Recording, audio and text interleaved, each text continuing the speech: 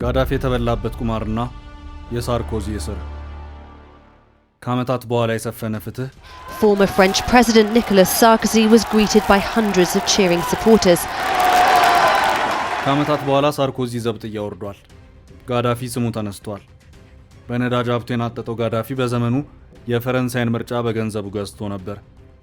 አፍሪካዊቷ ሊቢያ አውሮፓዊቷን ፈረንሳይ በገንዘቧ ሸቅጣት ነበር እንደማለት ነው። ገንዘቡን ተቀብሎ ያጣጣመው የዘመኑ ሰው የፈረንሳዊ ቀድሞ መሪ ሳርኮዚም በጋዳፊ ላይ ለሰራው ሸፍጥ ዛሬ ቅጣቱን አግኝቷል። የጋዳፊ ነፍስ ይህን ስታይ እውነት ትቆያለች እንጂ መውጣቱ አይቀርም ትል ይሆን? Nicolas Sarkozy has arrived at La Santé prison in Paris, where he'll serve a 5-year sentence for conspiring to raise election funds from Libya. ምርጫ እንዲያሸንፍ እኔ ነኝ ገንዘብ ሰጥቼ የረዳሁት ሲል አንድ ሰሞን የተናገረው ጋዳፊ በጊዜው ትልቅ ሚስጥር እንዳጋለጥ አላወቀም ነበር። ጋዳፊ በንግግሩ ዴሞክራሲን አጽንቻለሁ ለሚለው የምዕራቡ ዓለም ጆሮ የሚሰቀጥጥ ንግግር ነበር ያደረገው። ጋዳፊ ንግግር ያደረገው ፈረንሳይ ከሊቢያ ወዳጅነት ወደ ለየለት የመንግስታቸው ጠላትነት በተቀየረች ጊዜ ነበር። ኤሊሴ ቤተ መንግስት እንድትገባ አርገን እንዴት እንደዚህ ትሰራናለህ በማለት ነበር በሳርኮዚ የተበላበትን የፖለቲካ ቁማር ጋዳፊ የገለጸው። በዚያን ጊዜ ጋዳፊ የተባበረችውን አፍሪካ አገር አድርጎ ለመመስረት ያለም የነበረበት የገናናነት ጊዜው አልፎ ሊቢያ የኔቶ አውሮፕላኖች መፈንጫ ስትሆን በቤንጋዚ የቦምብ ፍንዳታ ጩኸት ታፍኖ ያልተደመጠው የጋዳፊ ክስ ዛሬ ላይ እውነትነቱ ሲገለጥ ዓለም ታሪክን ዳግም ለመከለስና በተለየ አይን ለመረዳት ተገዷል። ፈረንሳይ የወንጀለኛው ጋዳፊ ተባባሪ ነበር ብላ የቀድሞ ፕሬዝዳንቷን ከዓመታት በኋላ አስራለች። ያለ ጋዳፊ በዚህ ምድር ላይ ሰው የለም ማለት ሲዳዳው የነበረው ኒኮላስ ሳርኮዚ በኋላ የፈረንሳይ ጦሩን ይዞ ሊቢያ ሲገባ ጋዳፊ እስካልሞተና የሊቢያን አፈር እስካልቀመሳት ድረስ እንቅልፍ አላገኝም ሲል ተደምጦ ነበር። የኒኮላስ ሳርኮዚ መጣደፍ ዛሬ ላይ ዓመታትን ተሻግሮ የዘመናት የፖለቲካ ሸፍጥ ላይ ሰፈፍ ብሎ ለዓለም ትዝብት ይፋ ሆኗል። ኒኮላስ ሳርኮዚ በድሉ ማግስት ጋዳፊ በመሞቱ ምን ይሰማል ተብሎ በጋዜጠኞች ሲጠየቅ ፊቱ ላይ መደበቅ ያቃተውን ፈገግታ እየታገለ እኛ በአንድ ሰው ሞት በደስታ አንቦርቅም፣ ዋናው ዓላማችን ለሊቢያ ሕዝብ ዴሞክራሲን እውን ማድረግ ነው ብሎ ነበር። C'est que la Libye retrouve sa liberté et un espoir démocratique. ሳርኮዚ ከኤሊሴ ቤተ መንግስት የሚስቱን እጅ ይዞ ከወጣ ከዓመታት በኋላ ጋዳፊን የገደለው የፖለቲካ ሴራ ተከትሎት ነበር።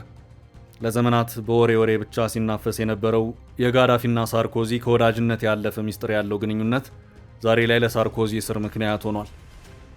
የ5 ዓመት እስራት ጊዜን በእስር ቤት እንዲያሳልፍ የተፈረደበት ሳርኮዚ በቅድሚያ የቀረቡበት 3 ክሶች ነበሩ። የመጀመሪያው ኃይልን ለማግኘት በመመሳጠር፣ ሁለተኛው የምርጫ ቅስቀሳውን ፈንድ ለማድረግ ከጋዳፊ ገንዘብ በመቀበልና ሶስተኛው ደግሞ ከወንጀለኛ ጋር በመተባበር የሚሉት የቀረቡበት ክሶች ሲሆኑ ፍርድ ቤቱ በመጨረሻ ሳርኮዚም ብዙ ዓመታትን ሊያሳስሩ ከሚችሉት 2 ክሶች ነፃ አድርጎት በሶስተኛው ማለትም ከወንጀለኛ ጋር በመተባበር በሚለው ወንጀል ብቻ ፈርዶበታል። የዴሞክራሲ እንቁዋ ፈረንሳይ የቀድሞ ፕሬዝዳንት ሳርኮዚ በጋዳፊ እንደ ግብዝ እንዲቆጠር ያደረገው ምን ነበር? የማይደፈረውን ከሜዲትራኒያን ማዶና ማዶ የተቀመጠውን የምስራቁና የምዕራቡን ዓለም ሊያቀራርብ ነው ሲባልለት የነበረው ሳርኮዚ በመጨረሻ የጋዳፊን ሞት የሚያሴር ማንነቱ እንዴት ሊገለጥ ቻለ? የሰብአዊ መብት ታጋይ ነኝ ሲል የነበረው ፕሬዝዳንት ሳርኮዚ ለማዕረግ ያጨውን ጋዳፊ መልሶ የሰብአዊ መብት ጠላት ነው ብሎ ጀርባውን ሊያዞርበት እንዴት ቻለ? ጨዋታው የሚጀምረው እንደ አውሮፓውያን አቆጣጠር በ1989 ነው። ዩቲኤ ፍላይት 772 የተባለ የፈረንሳይ መንገደኞች አውሮፕላን በኒጀር ሰማይ ላይ እየበረረ ሳለ ድንገት ጋይቶ የጫናቸው 170 ሰዎች ሕይወት አልፏል። በዚህ አደጋ ፈረንሳይ 54 ዜጎቿ ተገለውባት ነበር። በኋላ በተደረገ ማጣሪያ ይህ ፍንዳታ አደጋ ሳይሆን ወንጀል እንደነበር ይታወቃል። ጥቃቱ የተፈጸመው በሊቢያ የጋዳፊ ስራ ስር የነበሩ ኃይሎች እንደነበር ይደረስበታል። በቀጣዩ ዓመት የፈረንሳይ ፍርድ ቤት 6 ሊቢያውያንን በዚህ ወንጀል በአካል በሌሉበት ፍርድ ያስተላልፍባቸዋል። ከነዚህ የፈረንሳይ ፍርድ ቤት ለፍርድ ከሚፈልጋቸው ሰዎች መሃል የጋዳፊ ሚስት ወንድምና የስለላ ድርጅቱ መሪ የነበረው አብዱላህ ሴኑሲ አንዱ ነበር። ኒኮላስ ሳርኮዚ እንደ አውሮፓውያን አቆጣጠር በ2007 ማለትም ፈረንሳይ ይህ ጥቃት ከደረሰባት ከ8 ወይም 9 ዓመታት በኋላ ወደ ስልጣን ይመጣል። ፈረንሳውያን በሆዳቸው የቋጠሩት ቂም እያደር ሄዶ ከሜዲትራኒያን ማዶ ያለውን የምስራቅና የአረቡን ዓለም ፍጹም ጠላት አድርገው እንዲቆጥሩት አድርጓቸው ነበር። ሳርኮዚም በሁለቱ ዓለማት የቆመውን ጥቁር ጥላ የሚገፈው ብቸኛው ሰው ሆኖ ለመታየት ችሏል። ሰብአዊ መብት የሚለው ቃል ከሳርኮዚ አፍ የማይጠፋ ቃል ነበር። ይህ የሰብአዊ መብት አስከባሪ የሚለው መለያው ለሳርኮዚ ድብቅ ዓላማ እንደ ማለፊያ ቃል ያገለገለ ነበር። ሰብአዊ መብት ለሚለው ቃል ፍጹም ተቃራኒ ቃል አምጣ ቢባል ጋዳፊ የሚል ምላሽ ለሚሰጠው የምዕራቡ ዓለም ማህበረሰብ ሳርኮዚ ይህን ሐረግ ደጋግሞ መጠቀሙ ከጋዳፊ ጋር ለመሰረቱት ቅርርብ ማሳሰቢያ ተደርጎ የሚቀርብ ጉዳይ ነበር። ዓለም ሁሉ አድሮ ያወቀው ሚስጥር ግን ጋዳፊ 2007 ምርጫ ላይ እጁ እንደነበረበት ነው። የጨዋታው ጥልፍልፍ የሚጀምረው እዚህ ጋር ነው። አንዳንድ ተንታኞች ሁኔታውን ሲገልጹት ኒኮላስ ሳርኮዚ ከጋዳፊ ጋር የመሰረተ ወዳጅነት ፈረንሳይ የምትሻውን በቀል ለማግኘት ሲል ወዳጅ መስሎ የቀረበበት ሸፍጥ ነበር ይላሉ።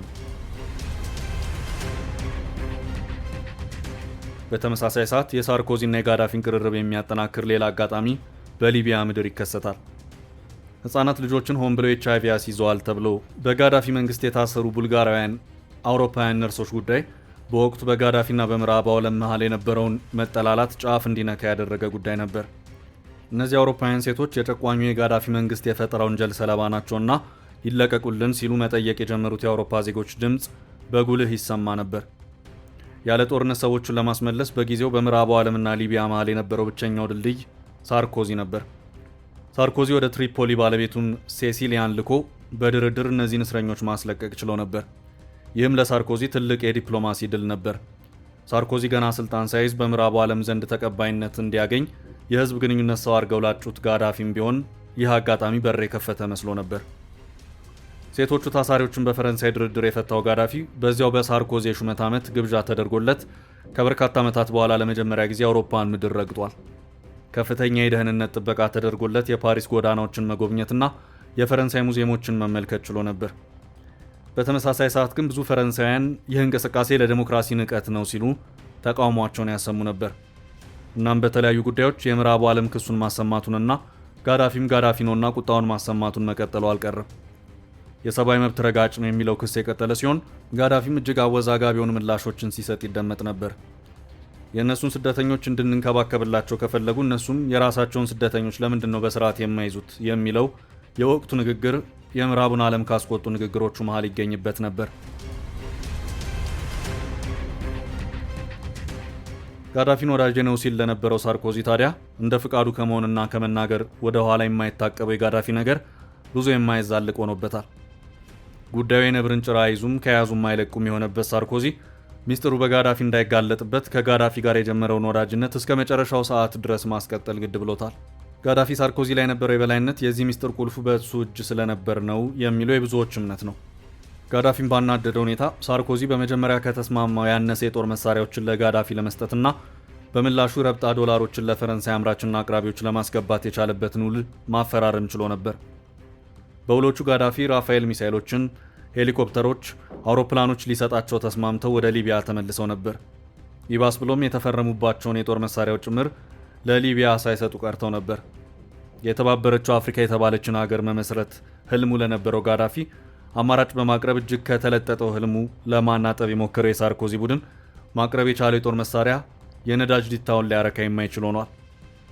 የሜዲትራኒያን ሀገራት ማህበር በሚል ጋዳፊን አግልሎ እነ ግብፅና ቱኒዚያን ማሰባሰብ የጀመረው ሳርኮዚ ጋዳፊን ወደ ቀድሞ የታላቁ አፍሪካ የመመስረት ሀሳብ እንዲመለስ አድርጎታል።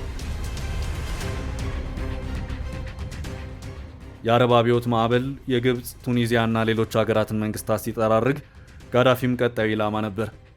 የጋዳፊ ታጣቂዎችን በማስታጠቅና የአውሮፓ ሀገራትን በኔቶ ስር በማሰባሰብም ጭምር ሊቢያን በቀጥታ ማጥቃት የጀመረችው ፈረንሳይ በመጨረሻ ጋዳፊ ከስልጣኑ ሲወርድና ጎዳና ላይ ሲገደል የተለያዩ ተቃዋሚ ኃይሎች ተከፋፍለው የሚገዟትን የተከፋፈለችና ሰላም የሌላትን ሊቢያ መፍጠር ችላለች። ሳርኮዚ ምዕራቡን ዓለም በአንድነት እንዲቆሙ ያስቻለ ሰው ነው በሚል ሙገሳን ያገኘ ሲሆን ዛሬ ላይ ግን ምርጫውን ለማሸነፍ ከጋዳፊ ጋር በነበረው ግንኙነት ምክንያት የወንጀል ፍርድ ቤት ተላልፎበት ወህኒ ወርዷል። ምንም አይነት ውለት አልፈልግም፣ ፍላጎታቸው እስር ቤት ውስጥ እንድተኛ ከሆነ ደረቴን ቀና አርጌ ፍርዴን እወጣለሁ ሲል ተናግሯል።